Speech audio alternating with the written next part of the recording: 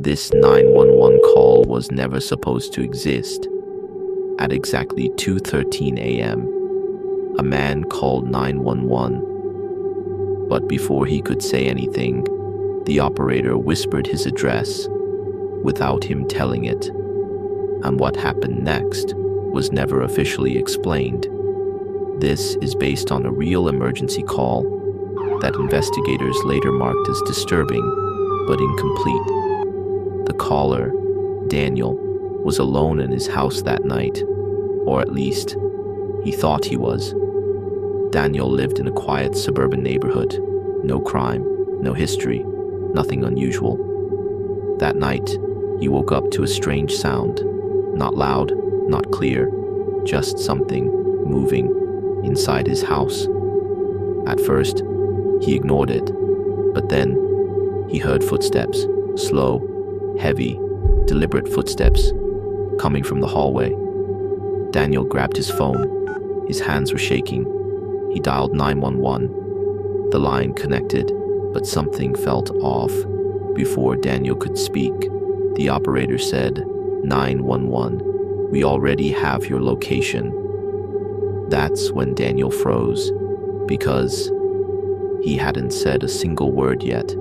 He whispered, there's someone in my house. But the operator didn't respond normally. Instead, she asked something strange. Is it still standing behind you? Daniel turned around. There was nothing there. His breathing got heavier. Mom, what are you talking about? Silence. Then the operator said, very quietly, don't turn around again. At that moment, Daniel heard it again. Footsteps, but this time, they weren't in the hallway. They were right behind him. He dropped his phone. You can hear it in the recording.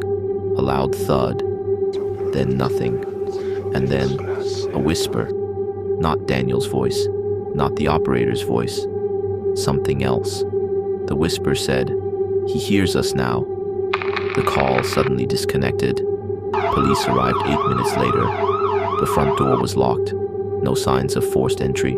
No broken windows. No footprints. And Daniel was gone. No struggle. No blood. Nothing. Just his phone, still on the floor, with the call log open. But here's the part that still confuses investigators. When they reviewed the call, there was no second voice logged in the system, only Daniel and the operator. So the question is, if the system only recorded two people, then who was whispering? And this isn't the only case like this. There are multiple 911 calls where something unexplainable joins the conversation. But here's where it gets worse. Weeks later, another 911 call came in. Same address, same time, 2:13 a.m. And before the caller could speak, the operator said, we already have your location. And this time, the voice on the other end whispered, he's not alone anymore.